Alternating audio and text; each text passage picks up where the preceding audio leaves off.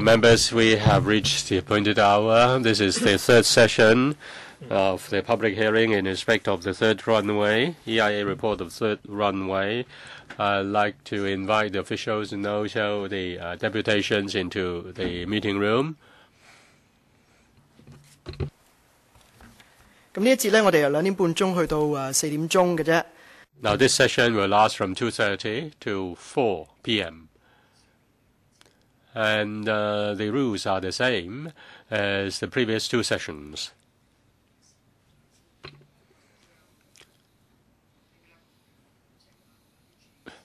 Let us have the deputations in, and then I will brief them on the instructions and rules.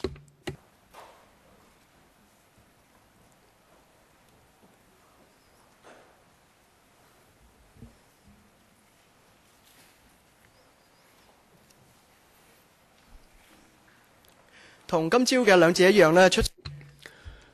like the two previous sessions, let me introduce the officials from the EPD, the NAA, Mr. Chan Wan, Deputy Director of Environmental Protection, Mr. Duncan Fai, Assistant Director of EPD, Mr. Louis Chan, Principal Environmental Protection Officer, Mr. Joseph Sam, Assistant Director, AFCD, Mr. Dr. Ivan Chan, Acting Senior Fisheries Officer AFCD. Next to him is Mr. Pt3, General Manager, Environment Projects, Airport Authority, Hong Kong. May I welcome the deputations coming to the third session. Before we start, let me brief you on this. Now, each person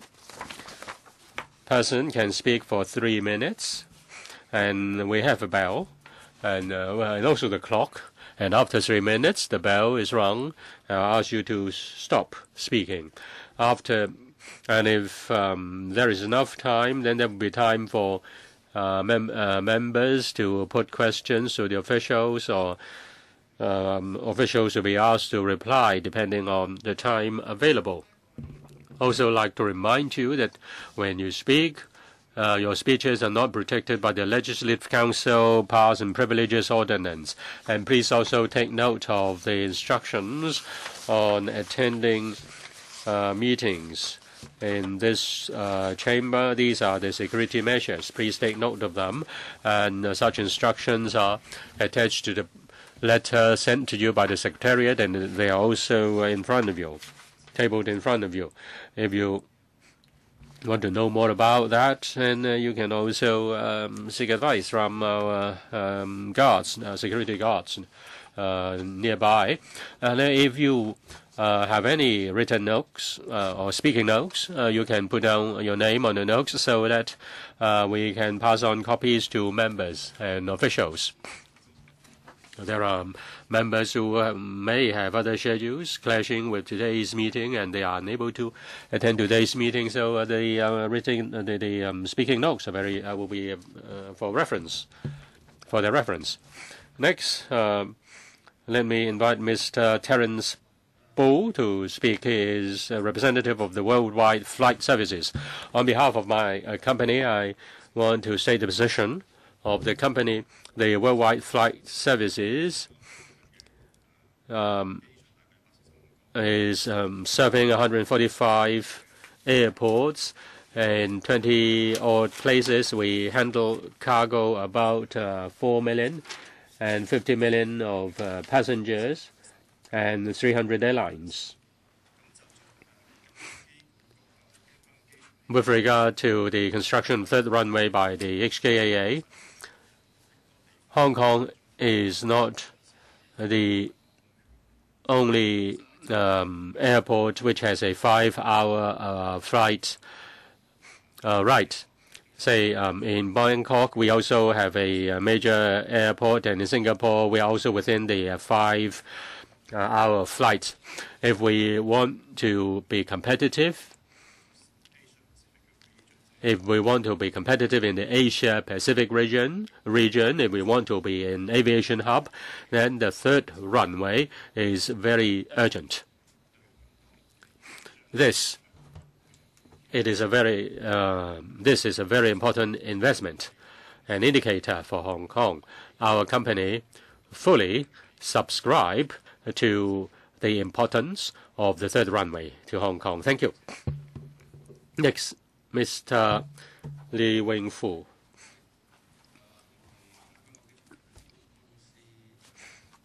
Chairman, I am representing the Hong Kong Airport Ramp Services Employee Union. We support the announcement made by the AA in June last year for the construction of third runway. There are two sides of the same matter. Not a single human activity can avoid any impact on the environment. The issue is how can we minimize the loss? In fact, the report has proposed a number of measures to mitigate the impacts or to give remedy to the situation. We support the development of the airport, the expansion of the airport involves a future of 60,000 odd employees in the airport, and it's also related to the overall economic development of Hong Kong. Our airport is facing challenges from neighboring cities. We need to stay ahead, otherwise we will lag behind. We have lost our leadership in the shipping industry. In terms of EIA, we should call it a day, and we should implement the third runway. As for my working experience or working environment, now the facilities have been up and running for more than a decade, and some of them have to be replaced and updated. When there is expansion of the airport, there will be room for enhancing the external and internal link of the Hong Kong airport. It will increase the capacity to carry more passengers. It will also remove the overcrowdedness in the airport, both for passengers and aircrafts. As for the argument that bigger planes can be used, my reply is it is good, of course, to use big aeroplanes, but they are also constrained by market demand and capacity of overseas destinations. We cannot make a decision on our own. The Hong Kong airport needs to plan for its future, expand for its future. We need to expand. We need to implement the report and then build the third runway. Next, Mr. Wai-ming. Thank you, Chairman. I'm the Vice General Secretary of the Staffs and Workers Union of the Hong Kong Civil Airlines. We support the construction of the third runway. We hope that the government will go ahead with the project. As said by Ms. Lee Wing-fu, my colleague, any human activity is bound to have an impact on the environment. It is unavoidable.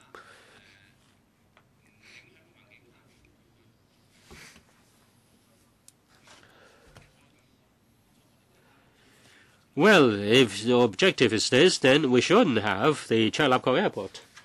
We now have the Changi Lap-Kok Airport now. And our neighboring cities are building their airports or expanding their airports. We are facing tough competitions. The EIA report is out. We need to be positive. We need to minimize the environmental impacts instead of not building the runway because of the environmental impacts. That is too negative. That's really not appropriate. This negative approach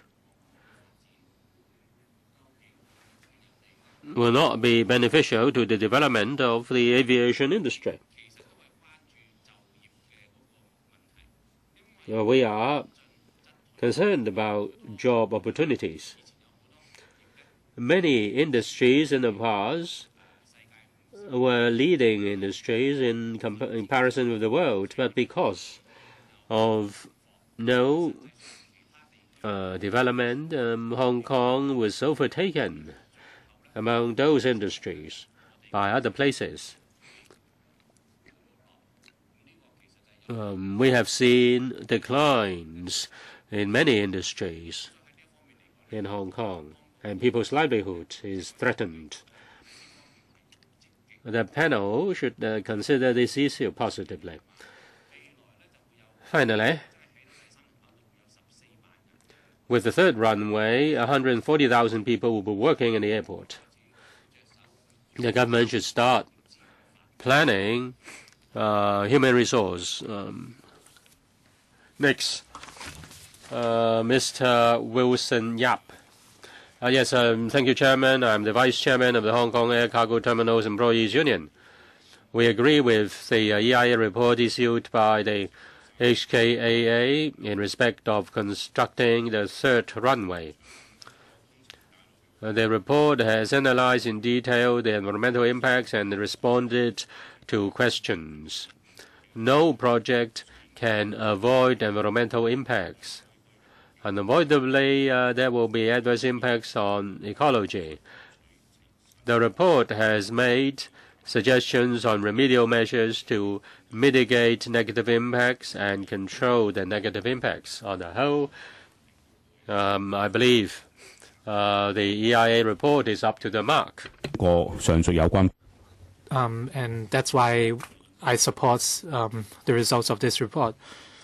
And the Hong Kong Air Cargo Terminals Employees Union, for the company, the amount of cargo every year processed has reached 4 million tons, which ranks tops in the world, and the amount of air cargo has been ever increasing, and that means the number of cargo flights would also increase in the future. And since our runways are about to saturate, we're not able to meet the rising demands from cargo flights, and we would not have enough airfield for the landing of aircrafts, and in turn, this would affect Hong Kong's status as a leading cargo hub. And in order to avoid the busy daytime, most cargo flights would fly during the night, and as such, the livelihoods of the Tung Chung residents would be affected. And since most cargo flights would use the south runway, we'll have a problem with noise pollution. And the new proposed runway will be further from residential developments, and as such, the disturbance to Tung Chung residents will be minimized. And this would be one positive environmental impact brought about by the third runway. We also support the expansion of the Hong Kong International Airport in order to facilitate the continual development of Hong Kong's economy, and it will also help maintain our competitive edge.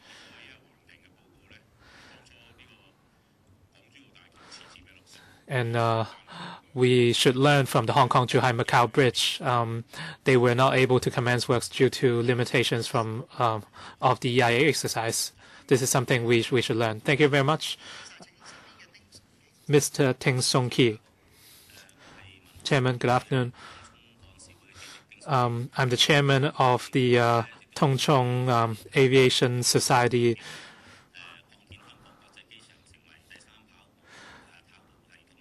We read the EIA report published in June last year on the expansion of Hong Kong International Airport into a three-runway system, and we find the results satisfactory. And as the chairman of the Tung Chung Aviation Society, I'm also a resident of Tung Chung, and I'm also a technician at HECL. And I do have some insights on aviation and the relevant technologies. A lot of people are concerned with the problem of air and noise pollution, and when the new third runway is in use, the south runway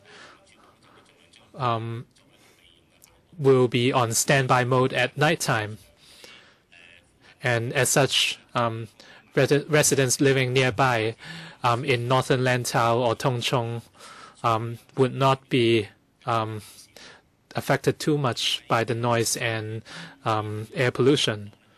And in terms of overall air pollution, I don't think we can assess the situation only using the current data. I've been working in the airport for almost 30 years. A lot of older aircrafts, for example, the Boeing 747, they were gradually being phased out because they generate a lot of pollution.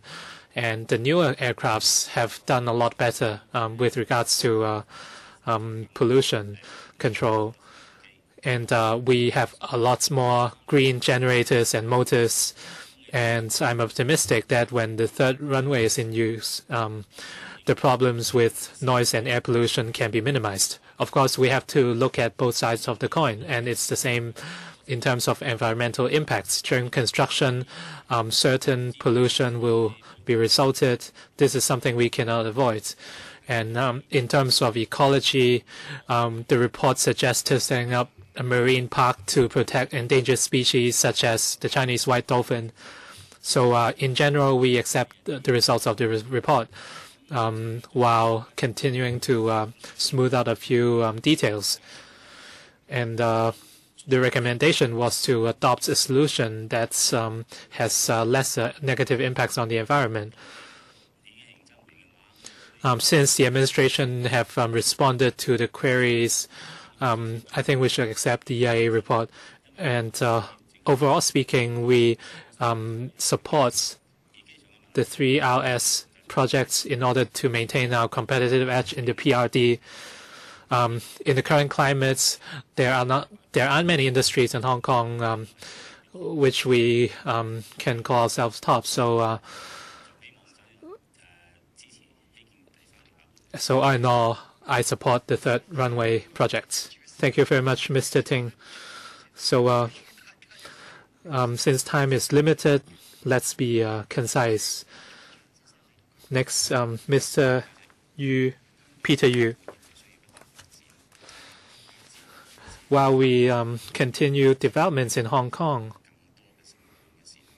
but we must not forget the social costs of our constructions. If they bring about damages to our environment, the Civic Party is of the view that we should pause for a moment and think about what we are doing. And the government has to provide more information, more comprehensive data to allow the public to comprehensively assess the new projects. We have to look at noise pollution, ecology. The negative impacts have been laid out very clearly in the EIA report. And the Civic Party also submitted multiple statements to give its view. And we suggested replacing the air quality index at the moment with a new index suggested by EIA. Tongchong is ranks in the top 3 in terms of is one of the 3 most polluted areas in Hong Kong in terms of air quality, and the levels of ozone in Tongchong is ever rising. And since Tongchong is located near the other PRD cities, the problem will only worsen, even though the SAR government promised working with the Guangdong government to improve air quality. We have not seen any results according to the data. The EIA report assumed that the PRD region will see less air pollution by 2020. But after 2020,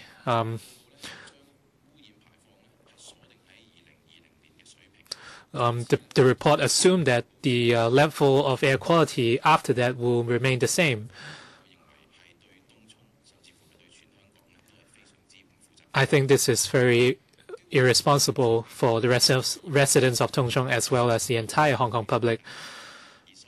The two sets of air quality indices are very different, and we are not sure whether the mitigation measures can go ahead as planned. This has not been mentioned in the reports, and we are left with more questions than answers. Even though the economic gains were measured, if we have to quantify the losses to Hong Kong brought about by air pollution, we might even lose more than we gain. The total social costs will reach $3.86 billion, and 308 people will die as a result of air pollution, and about 2,000 people would have to be hospitalized as a result. We have to comprehensively assess the benefits and drawbacks of the 3 RS projects. Ms. Jenny Chang, I represent the Eco Association. We've been in place for 14 years, and we've done a lot of work in conservation. We have 190,000 eco ambassadors over the past 19 years. We've made numerous field trips to see Chinese white dolphins, which were participated by students. And many of them have witnessed the changes in our environment. I can share with you the changes we've seen in the last 14 years. 14 years ago, on my first day of work, I was at the Tung Chung cargo terminal, and at that time I saw one Chinese white dolphin. Thereafter, in the inland area of Old Tung Chung, I've not seen another Chinese white dolphin since the new airport was opened. And in the neighboring Brothers Islands, which are about 20 minutes from Tung Chung, there have been sightings of Chinese white dolphins. Since 2 years ago, we have not seen any dolphins there. And in the last 10 years or so, we have not seen any dolphin in the new Tung Chung Pier. And in Sha Chao and Long Ku Chao, we have not seen another dolphin. And we only saw a dolphin after the construction of the Hong Kong-Macau Bridge was stopped. The construction project was stopped. So this is not something we saw from the news. This is something we saw with our very own eyes together with the schools. So what we want to say is that the dolphins are not like fish. They cannot go back wherever they want. If they experience danger in an area, they will remember that and avoid it in the future, and they will migrate to another area. So in the last 14 years, I've not seen another dolphin in the Tung Chung New Pier. But we have made numerous site trips, but we haven't seen any dolphins. So we were all very sad at this fact, and people have been talking about economic gains, but they've not listened to the green groups. As a metropolitan, why can't we achieve a balance between development and conservation? This shouldn't be. We should achieve mutual gains. We should give a chance to the Chinese white dolphins. Thank you very much. Next, Mr. LEE Chi-fung. Thank you, Chairman. My name is LEE Chi-fung. I'm an indigenous resident of Lantau Island, and I'm the chairman of the Lantau Rural Committee. And since 1998, we have faced a lot of noise pollution, noise and air pollution, and one of the villages has been bothered by noise since the new airport was opened, and the government had not done any monitoring or control for Shalong Wan Estates, and it was covered in the NEF 25 zone. And the Sha Long Wan villages have been bothered by noise. But we have never been invited in all the public engagement exercises, and we have been ignored. And the environmental permits approved by EPT never mention any long-term or short-term mitigation measures with regards to the noise problem. The government is biased towards the airport authority, and the government seemed to be helping the AA in facilitating the project works before the mitigation measures are in place.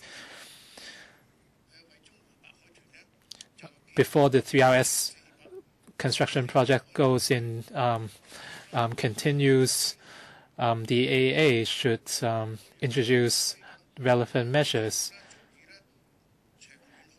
and a marine fund should be set up in order to achieve conservation targets. In terms of fisheries, the government must set up a fisheries upgrade fund to help the residents of Shaolo village in order to improve the livelihoods of residents in the village on the long term. And unless the AA has any viable solutions, we will continue to oppose the 3RS project. Thank you very much, Mr. MAN Wai-cheong. Thank you, Chairman. I'm a representative of the residents of Sha Lo Wan. The CLK airport has brought enormous business opportunities and economic benefits to Hong Kong, but has brought huge suffering to Sha Lo Wan residents. The airport authority is a liar. Now, when the airport was built in 1998, there was the 25 NEF. There was an undertaking that the NEF would be reviewed every 5 years. In the past 17 years, the authority has not conducted any review on the NEF. When indigenous villages apply for small houses in the past 20 years, no approval has been given. So the indigenous villages are deprived of the right enshrined in basic law, which is the right to build small houses. Is it reasonable? In 1998, the administration agreed to build a 7.5 kilometer waterfront road linking Sha Lo Wan. Now, there was huge amount of sludge taken out, mud taken out from Sha Lo Wan, and Sha Lo Wan has become a rocky beach. Now, the AA visited Sha Lo Wan and agreed to repave Sha Lo Wan with sea sand. Yet, the airport authority didn't honor its words. The third runway will have a very severe impact on Sha Lo Wan. There will be CO2 emission, serious noise pollution. NEF 30 will move southward, covering the whole Sha Lo Wan village. Application for small houses will never be approved. Does it mean that Sha Lo Wan is not suitable for habitation? There should be relocation of the village if that is the case. Is there any remedial measure? As for protection of Chinese white dolphins, the administration is going to build a 2,400-hectare marine park and put $300 million to protect the dolphins. But there are 2,000 indigenous villages in Lantau North. Their rights are ignored. Are dolphins more important than human lives? You care about animals but not humans. In the policy address on the 6th of December, the AA adopt despicable measures and issue just $65,000 of compensation to each household by registered mail. They just wanted to spend $11 million to buy up the residents of Sha Lo Wan. That's really dishonorable.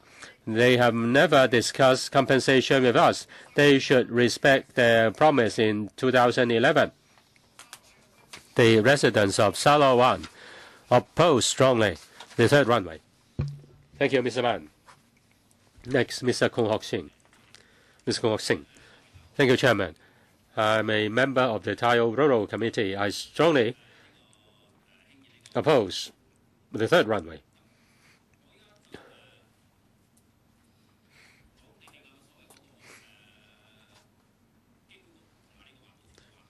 As for the EIA report, they're just playing tricks. The report is not in line with the actual situation.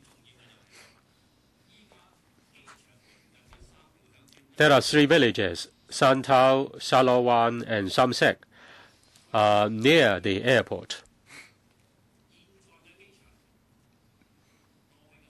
In the past decade or so, the 3 villages are seriously affected by the airport, and in particular, Shalawan is even more serious.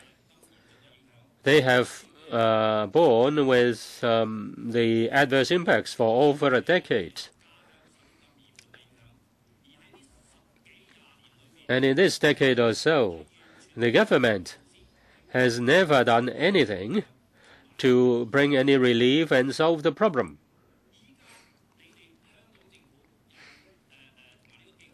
The government and the HKAA is going to build the third runway.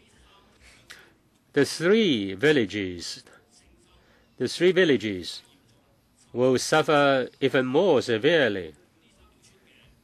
That may even destroy the 3 villages.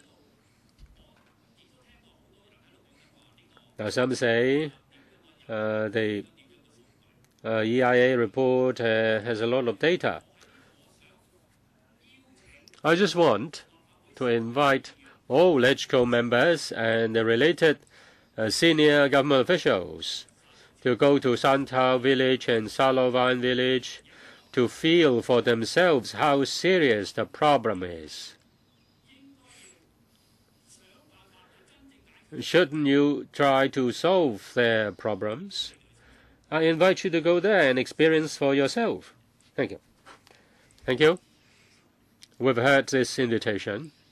I'd like to see whether members can arrange for that. Thank you, Chairman. Next, Mr. CHAN Wan-sum. I'm a resident of Shalawan village. We suffer seriously because we are ignored, and we are ignored by the HKAA. Or the officials are pulling wool over our eyes. The Hong Kong airport is rated as the best in the world, but it is built on people's suffering. Now, it was built during the colonial government. There was no public consultation, no EIA, no disclosure of noise details. We are kept in the dark. They just force it on us, and there is no reasonable compensation. With the opening of the airport in 1998, we suffer noise pollution and air pollution, and we nearly collapse. The government, the Provisional Airport Authority and the Transport Secretary for Transport gave us a plan and said that a road will be built from Tung Chung Taiwan to Shalawan to improve our environment and release $55,000 as compensation for reducing noise by putting up double glazed windows and air conditioners. Now, but that is not compensation. These are mitigation measures, and we are not allowed to build very small houses. We are covered by NEF 25 according to Environmental Protection Ordinance. If we are within NEF 25, we cannot put up our small houses. According to the basic law, Article 40, our rights are enshrined, and yet our right of building small houses are deprived of, and we are not allowed to redevelop our ancestral houses. This is in breach of the basic law. We suffer the most. The EIA just assumed that the noise will move northwards. That is wrong. Now, the number of flights increased from 160,000 per year in 1998 to about 600,000 in 2030. Noise will only go up. The ACE approves the permit, and the conditions in the permit do not include anything about Salowan, and they treat us less than dolphins. We have been living there for more than 300 years. The airport only causes negative impact. The children don't have schools, and there is no ferry service, and we just can't survive. The administration has made a serious mistake. They should remedy for that. They should build the roads. They should approve village small houses, reduce noise and air pollution, and give us compensation. CHUI Leung should honor his promise. We strongly oppose the third runway. Thank you, Mr. Chan. Next, Mr. Chen Kong-yam. Yes, I am Chen Kong-yam of Salowan. It is necessary to build the third runway, but before you start the works, your assessment, your studies are just window dressing measures. You have ignored the livelihood of the villagers.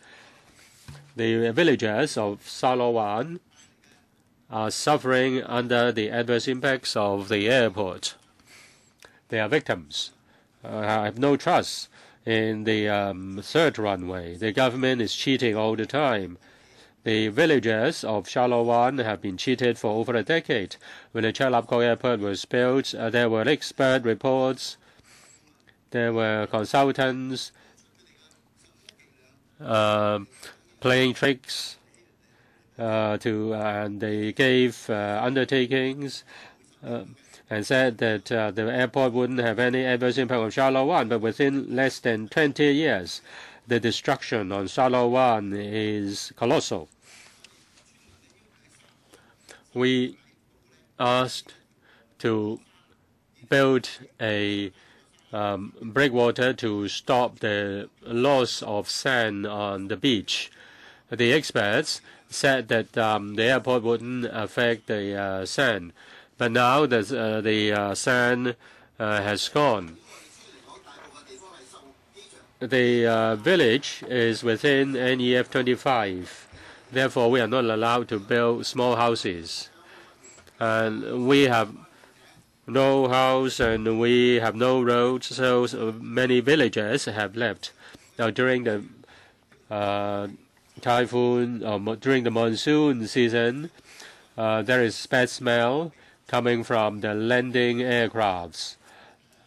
And that seriously harm the health of the villagers. You treat dolphins better than humans.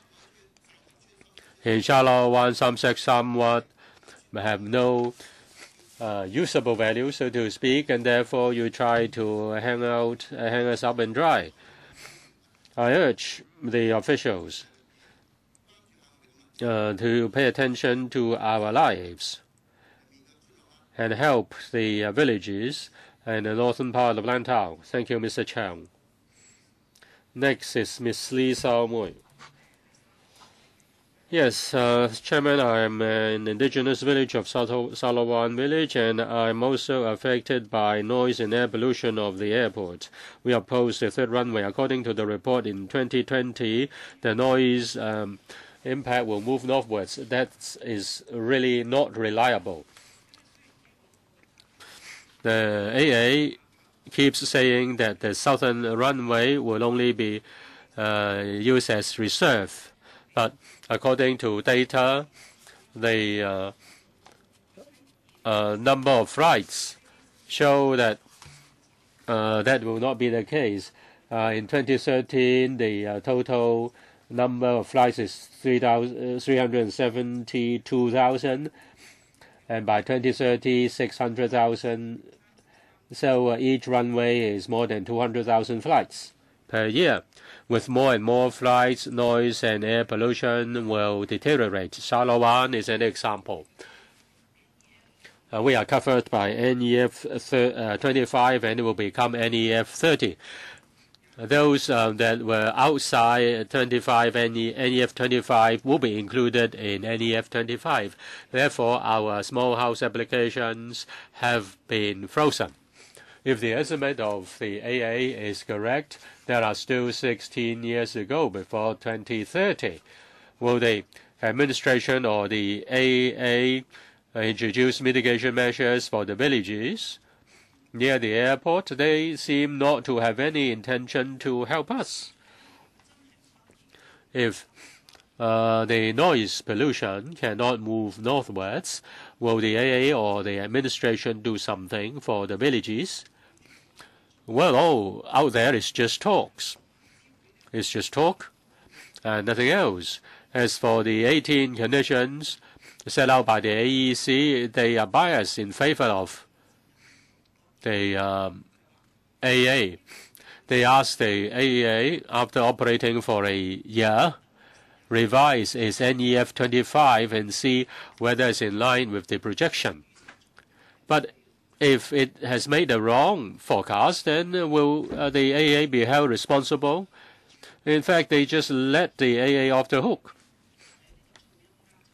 Now they say there will be noise monitoring stations. Salawan village is closest to the airport runways. Why? There is no monitoring point. Does the AA or the administration want to face the facts, or do they want to dodge the facts? I think the project should only be allowed to go ahead with suitable mitigation measures. Thank you. 下一位請 Next, Ms. Lee Xiaolan. I'm an indigenous resident of Salawan in Lantau Island, and I'm one of the stakeholders who is affected by the air and noise pollution of the airport. And since 1998, I was covered, half the village was covered by the NEF 25 contour, and at the same time, the government stopped applications to build small houses in Salawan village, and at the same time, the government shelved road construction projects from Tongcheng to Salawan, and the government and airport authority did not have any plans or reasonable compensation for the villages of Salawan. Some villages were forced to relocate from their living places, and they had to pay high rents, and they face a lot of economic pressure in the relocation. And if the 3RS project goes ahead, the number of flights will only increase, and there will be more noise and air pollution to Salawan.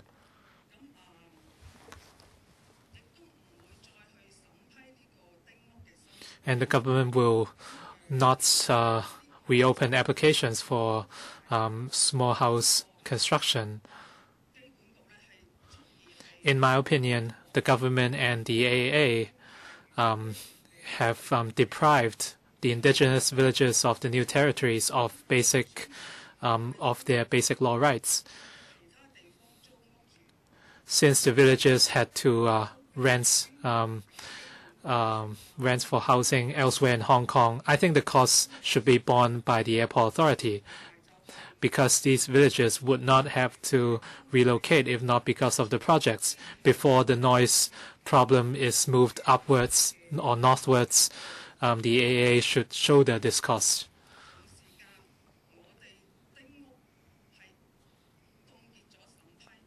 At the same time, since applications for small houses have been closed for a long time, the differences due to inflation should also be shouldered by the AA. And before the noise is moved northwards, the difference caused by inflation in the building costs or construction costs should also be shouldered by AA. Because if not for this project, we would have finished the construction of the houses a long time ago. And in terms of before air pollution and noise pollution are solved, we do not agree. We don't think an environmental permit should have been issued. I'm opposed to the 3RS system. Mr. Chair Saikit, I'm from the Safe Lantau Alliance. We oppose the 3RS projects. We have issues with airspaces, and the entire airport is actually underutilized. Under this situation, we should not build a third runway because it's in violation of the principle of conservation. The EPD should play the role of gatekeeper in preserving our environment. But unfortunately, the roles of AA and EPD are very blurred, and they seem to be teaming up together, and the EPD seems biased towards the AA. And I have a few suggestions for fellow members of this panel. First, under the current system, we have a lot of information and paper, and yet we only have 1 month of consultation period, and we've received more than 30,000 submissions. This issue is very controversial. The AAA provided a lot of extra information, and the government claimed that it will set up marine parks, and on this ground, the ACE accepted this EIA report. Since new submissions were received, and these were very important views, which dictate whether the measures are viable. This is something missing in the report. This is something the government has not done. The marine areas are important in the overall conservation plan. The marine protection area is very important. However, this is not binding. If these areas do not materialize, there is nothing we can do. And I'd like to talk about the issue of air pollution as well. Tung Chung is one of the 3 most polluted areas in Hong Kong. Yuen Long, Tuen Mun, and Tung Chung are the 3 most polluted areas in Hong Kong. And in Lantau Island, we have a lot of land reclamation projects. And since the project construction for the Hong Kong Dry Macau Bridge started, a capacity study and means study were requested. We see that for all these projects, no baseline studies were done. So my question is, will the EPD conduct a capacity study before proceeding with other studies? Since time is limited, we still have some time to exchange our views today. This session will end at 4:30, so time is rather ample. Other members have submitted certain submitted statements, including those from indigenous residents of Sa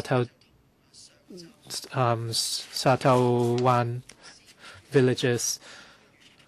So now I'd like to first invite the administration and the AA to give a consolidated response first. But as you may notice, we have some newer arguments and views during this session from the villages of Lantau Island, as well as representatives of workers' unions.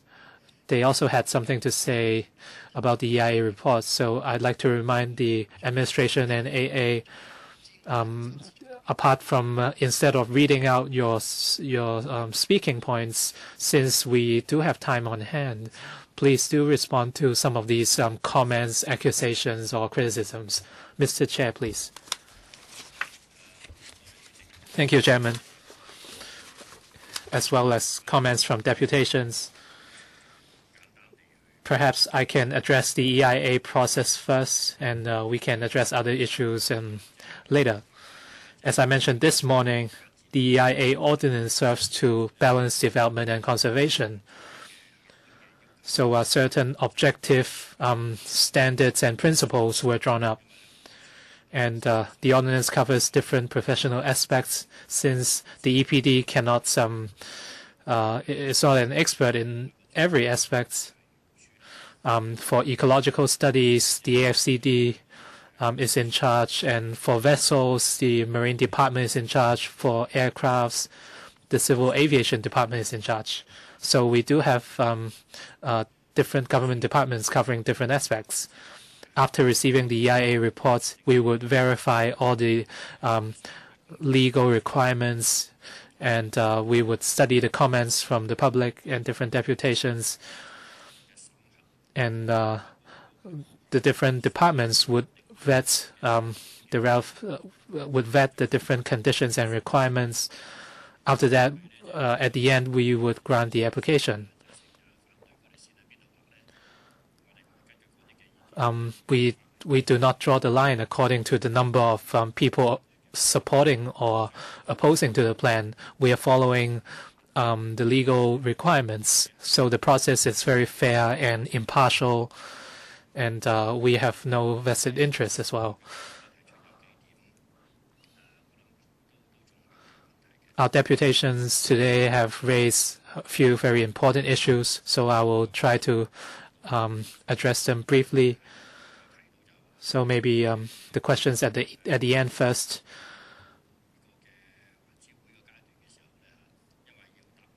At the ACE, the ACE has received a lot of questions.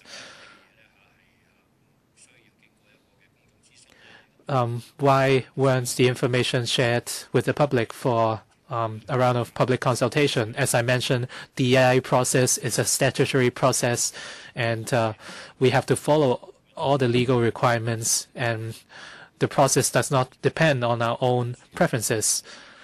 According to EIA ordinance,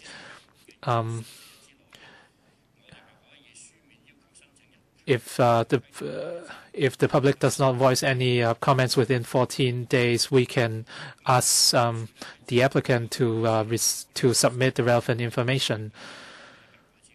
And after receiving the additional information from AA, we must make a decision within 30 days to approve or reject the application. If we cannot make a decision within 30 days, the application would be treated as approved, and no further public consultation has to be done.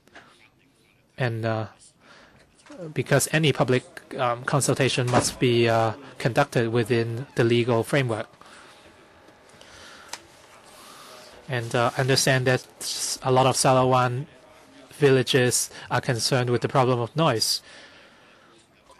They are already situated in a very noisy place, and with the third runway, the results of the EIA report show that since the third runway is located in the north,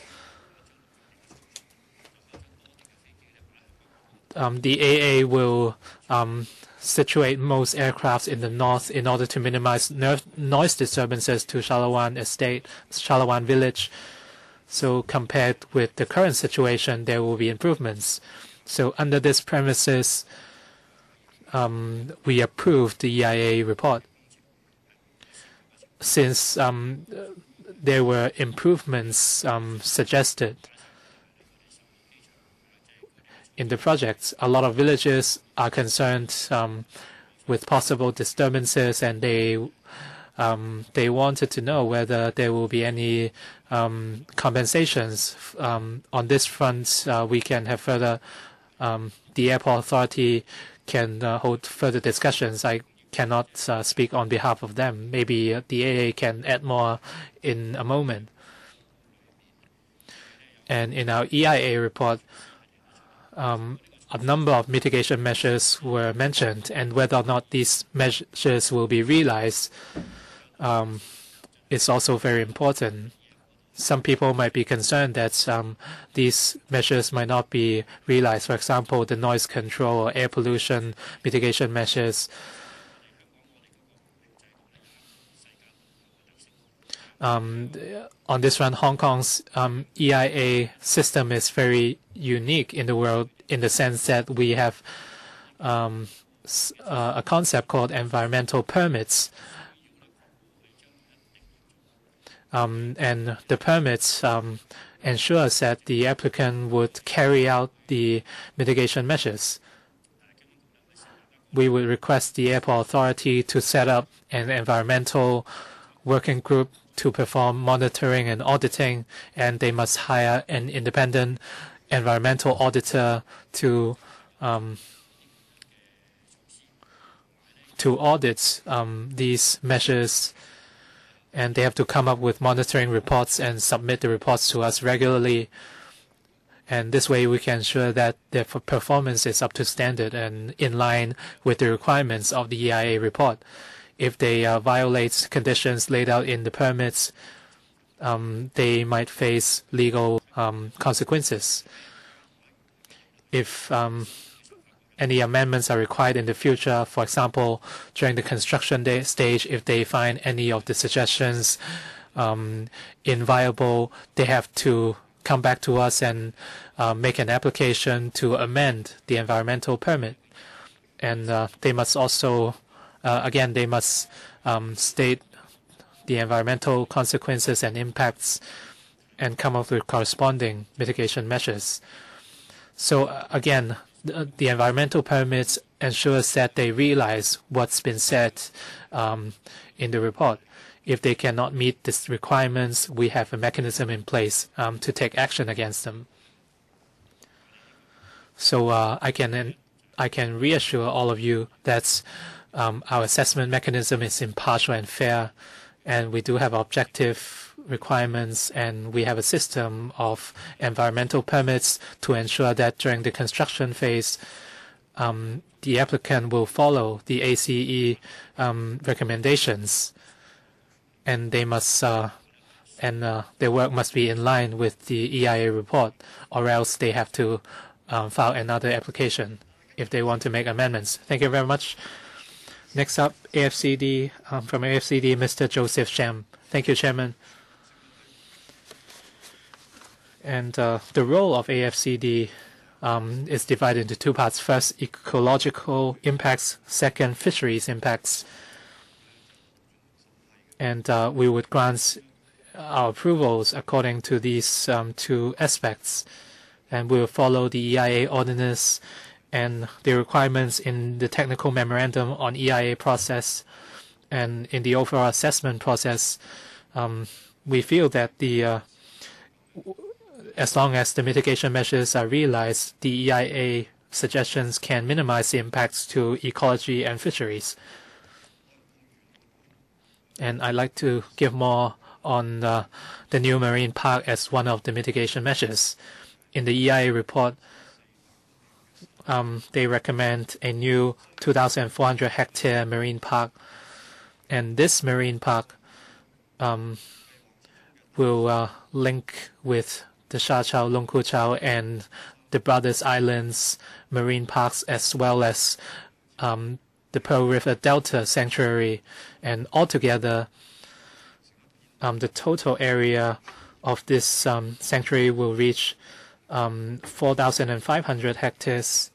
And the experts feel that we can create a synergy among these areas to minimize impacts to the Chinese white dolphins. Now, some speakers covered the point in respect of our two other marine parks in Lantau, South waters, Lantau Southwest waters. Now we will start another round of public consultation, and we seek to complete by early 2017 the legislative procedures of two marine parks. Next is Mr. Peter Lee of the AA. Thank you, Chairman. Let me respond to the views made by the speakers and clarify certain issues. First, concerning the three-one-way system, the operation and the noise and improvements. In the EIA report, a recommendation has been made so that from 11 p.m. to 7 a.m., the southern runway will be kept under reserve or standby mode. That deals with the noise impact on North Lantau and also the villages. That will be an improvement. Now, some said that by 2030, the NEF will not move northwards, but in 2023, the arrangement can kick in. i.e., in 2023, the NEF will move northwards. As for the number of flights, we're talking about 320,000 flights, and in the future, 600,000 flights. But the use of the runways are not evenly distributed, depending on the time schedule. At night, if the southern runway is on standby mode from 7 p.m. to, from 11 p.m. to 7 a.m. next morning, there will be no landing or takeoff. The southern runway is 1.5 kilometers from North Lantau. In the future, it will only be the central runway, which is operating in the evening, and it is about 3 kilometers or more from the villages, and therefore the NEF will move northward. As for Salawan village, Salawan, I think about 170 houses are covered by NEF 25. With the arrangement in place, then the coverage will only be 20 houses. As for Santau and other villages, they will not be covered by the 25 NEF when there are 3 runways. That's clearly in the EIA report.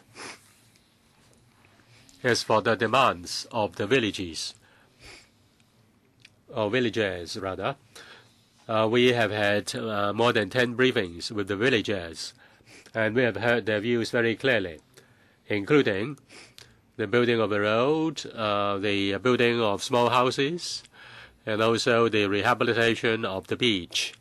We've explained to them.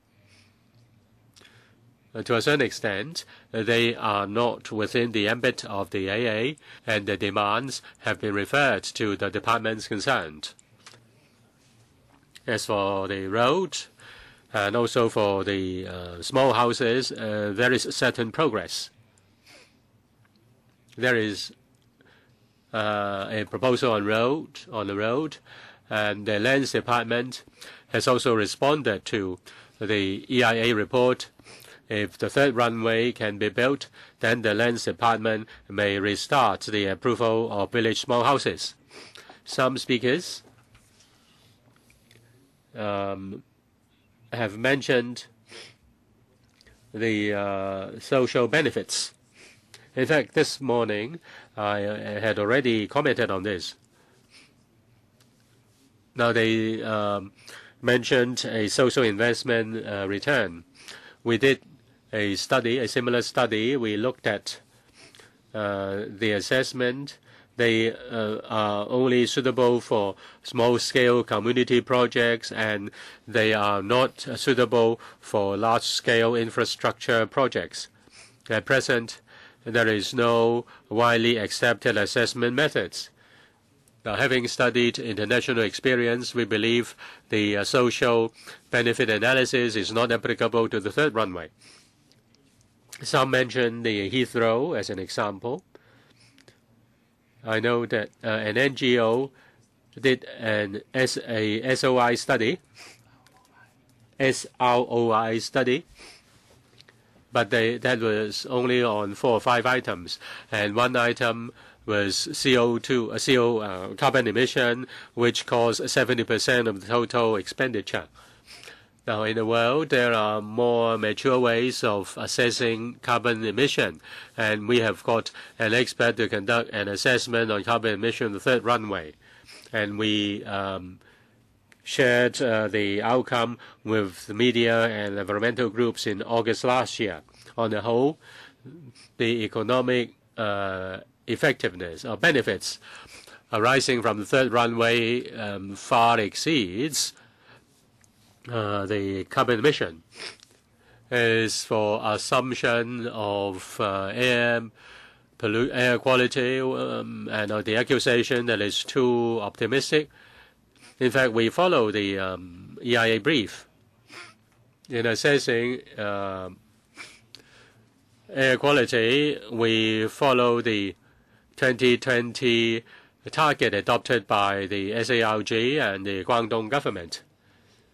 The objectives are set at 2031, and we look at 2020, and we assume that there will be follow-up after 2020. Are we able to achieve the objectives? In fact, the two governments set the 2010 reduction objectives.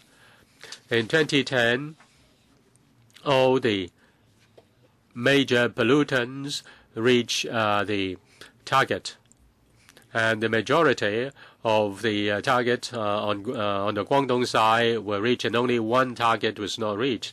So we are confident that two governments are able to reach their 2020 reduction targets. I now open the floor to anyone who would like to ask questions. And members may put questions to the officials or invite the deputations to speak.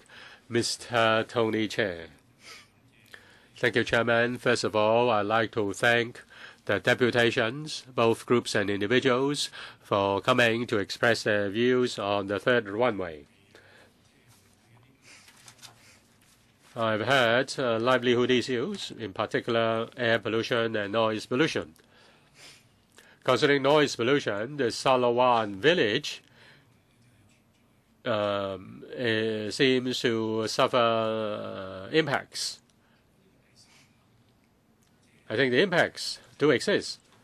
Now, if you build the third runway during the operational phase, I heard that to a certain extent that will help to bring relief to the noise impacts.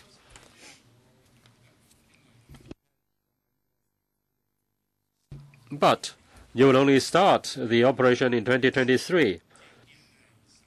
So within a certain period of time, people are still affected by noise.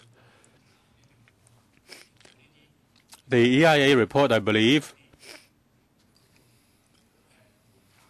will not set out mitigation measures. If there are, then of course that's good.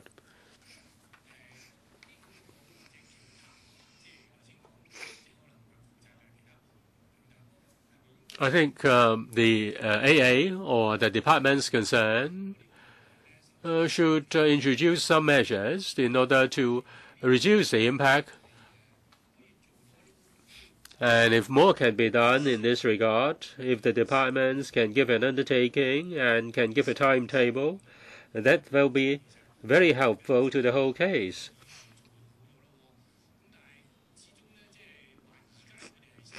At present, they are affected. That's the problem. Now, that's in particular with regard to noise. And some representatives also complain about air pollution as well. Now, can you do this between now and 2023? The requirement when the airport was built were different from the requirements now. Can the government be more positive? Whether it's the AA or the EPD, can they introduce remedial measures or mitigation measures Now, you say about 100 or so village houses are affected, but there are people living in those houses and they are affected. I don't know what you think about it, and will you introduce any measures? Mr. Chair. Thank you, Chairman. I also said that the Salawan village is affected by the operation of the airport now. When the Chelapkok airport was built, there was no EIA ordinance. The AA then did an EIA, though this was an administrative measure rather than a legislative requirement. The village houses affected by aeroplane noise were provided with mitigation measures, including double-glazed windows and air conditioning. So the government has already provided the mitigation measures. It's not true that we didn't do any mitigation measures. As for the details, maybe the AA can supplement on that. Mr. Lee, would you please respond to Mr. Tony Che's question? Thank you, Chairman.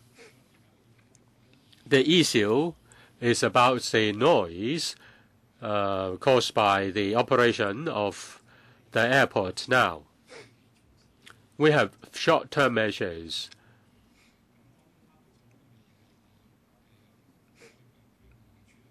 Together with the CAD, in the middle of last year, we banned Chapter 3 aeroplanes from taking off and landing in the middle of last year. And it has been extended to the whole day. So Chapter 3 aeroplanes are not allowed to land or take off in the Hong Kong airport. We also have an environmental charging arrangement so as to deter noisy aircrafts from using Hong Kong airport. We also have flight management in the evening so as to minimize the impact on the residents nearby. As for the villages in North Lantau, as said by Mr. Chair of the EPD, in 1998, when the airport was completed, according to the voluntary EIA report, we introduced a one-off remedy to mitigate the noise.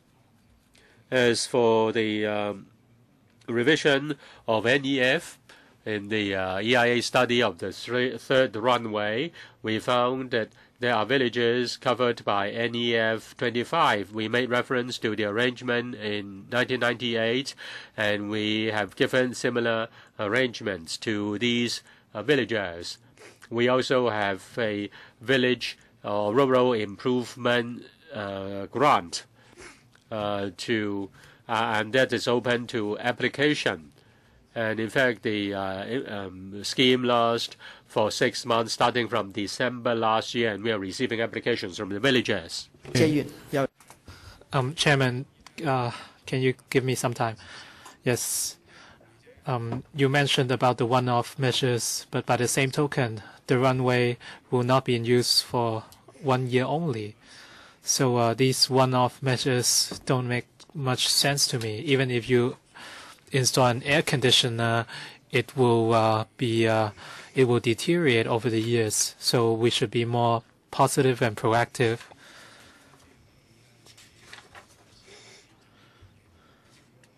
Two of the representatives, including Ms. Lee, said something about this. Can you allow her to answer this question? For me, one-off measures are not enough. The airport will be in use for a long, long time, not just 2 or 3 years. We still have times, and only one of our members, Yu Si-wing, would like to ask questions. So in response to Tony Chair's question, would Ms. Lee have something to say? What are the views of the villagers? I understand that the EPD is conducting monitoring work, but in the last 10 years or so, the NEF 25 coverage of Shalawan village has become NEF 30.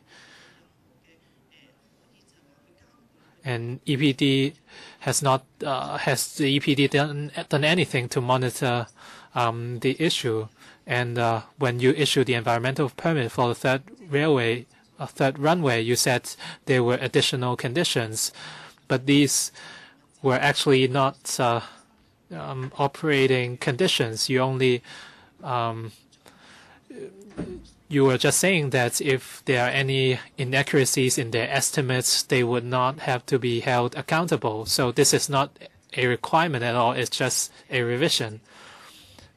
Just now, Mr. Peter Lee said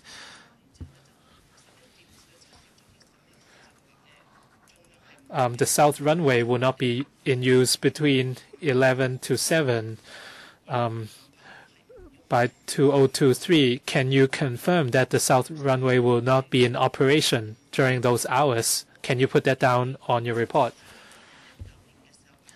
By 2019, according to your forecast, we'll have 420,000 flights, and at that time we will still only have 2 runways.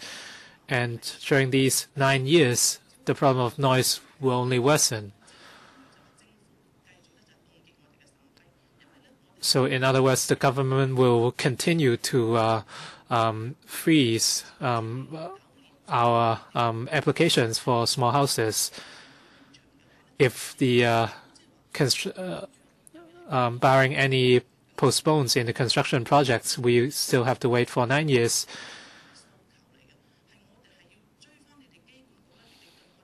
These are not new requests, but we are just trying to compensate for. We just want the government to compensate for the damages and losses to the village. For the small house applications, the applications were discontinued because of the third runway. These are not new requests. This is something the government should shoulder for the Shalawan village and other neighboring villages. Mr. Lee said you sent us a letter in December inviting invitations, but the villagers are not happy. And on the 2nd of January, all the letters were returned to the airport authority. I'm sure you are aware of that. And yet you are telling us that you are allowing villagers to make applications.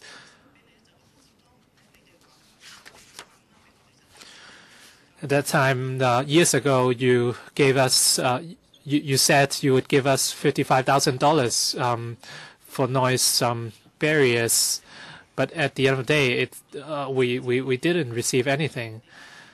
You are depriving the indigenous villages of their rights. So we will certainly object to the third runway projects. You are not sincere, and you have not shown your commitment to solve the issues, both long-term and short-term. If the government and AA continue to deprive the villages of our privileges, we will never accept this project. We'll oppose to the third runway project. Thank you very much, Ms. Lee. So hopefully we can continue the discussions, and perhaps the government or airport authority would like to make clarifications to the pledges. In particular, the long-term and short-term mitigation measures requested by the villagers, and the promise you made that you would give $65,000. Today we should focus on discussions on the third runway, but we can. I would also allow discussions for relevant matters such as environmental impacts, and I would allow the public or the relevant people to make comments. So perhaps Mr. Lee can address the issues first.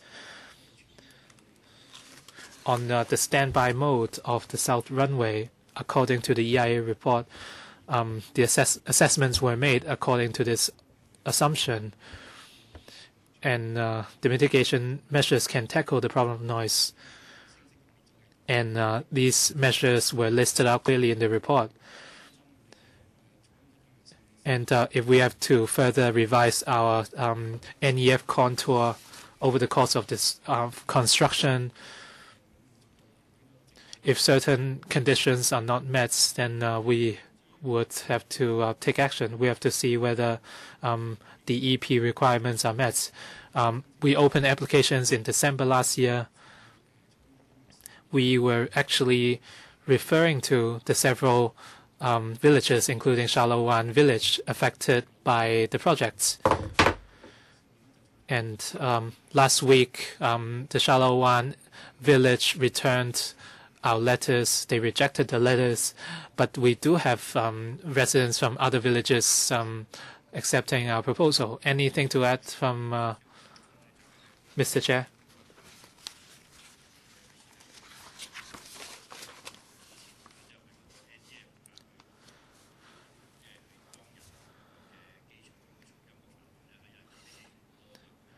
Ms. Lee said that there are more and more flights and the NEF coverage area has expanded, and that's the government or AAA did not do anything. How can we, according to the ACE, they only have to update the relevant information. And the EIA ordinance was only enforced in 1998. So the previous EIA of Chalacor Airport wasn't carried out under the ordinance, and it wasn't monitored by the EPD according to the law. So the revisions to the NEF do not have to be approved by EPD. And after we grant the environmental permits, they have to revise the NEF contours as well as conducting a review after 1 year to see if there have been any changes to the NEF. And they have to stick to the original area stipulated in the EIA report. They cannot enlarge the area, and they have to follow the requirements of the EP, and they have to apply for revisions, and possibly they have to come up with more mitigation measures, or they have to minimize their operations in order to retain the NEF within the existing area. So in the future, the operations will certainly be monitored by the law. Since time is limited, this session will end at 4. I wanted to ask a question, but I thought it would be a better idea to hand the time back to the floor. I'd like to give some time to Mr. Chair Sai-kit. I have a few questions. Mr. Chair from the EPD said the EP would monitor the projects, but what I want to say is after a project begins, some of the changes are irreversible. If we talk about mitigation measures after that, it's all useless. And he said the AA provided extra information on marine compensation plan.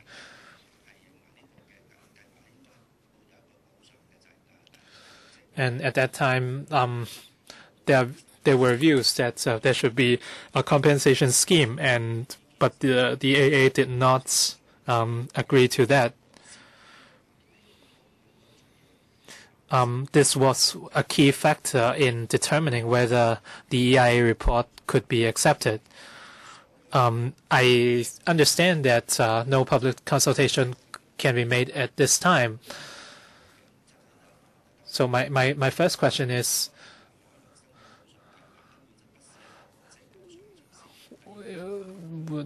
was the marine compensation scheme not meant to be a compensation scheme at all? And was judicial review was it conducted without public involvement? And on the overall development of Lantau Island, the scale is very big.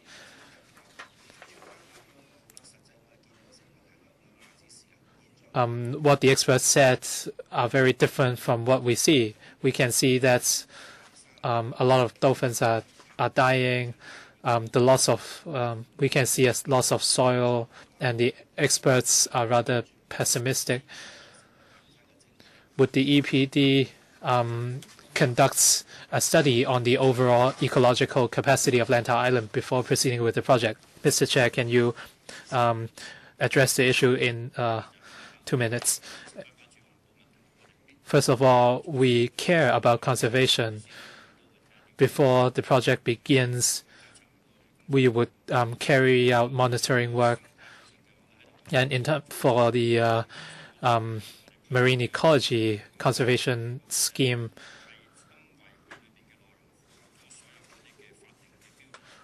the applicant must satisfy all the statutory requirements laid out in the EIA report.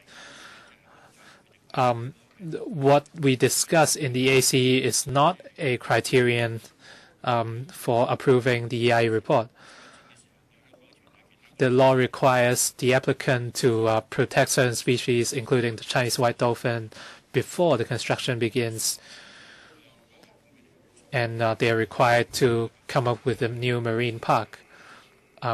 This is what we look at when we approve the plan.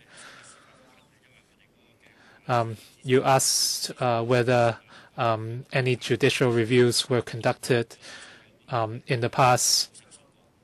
There were a lot of judicial reviews requested, but none of them were accepted. I think you misunderstood my question.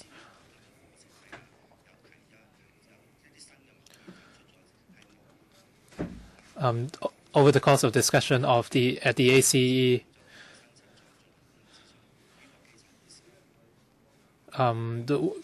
were any judicial reviews conducted? I don't really understand your question. I think what he meant is that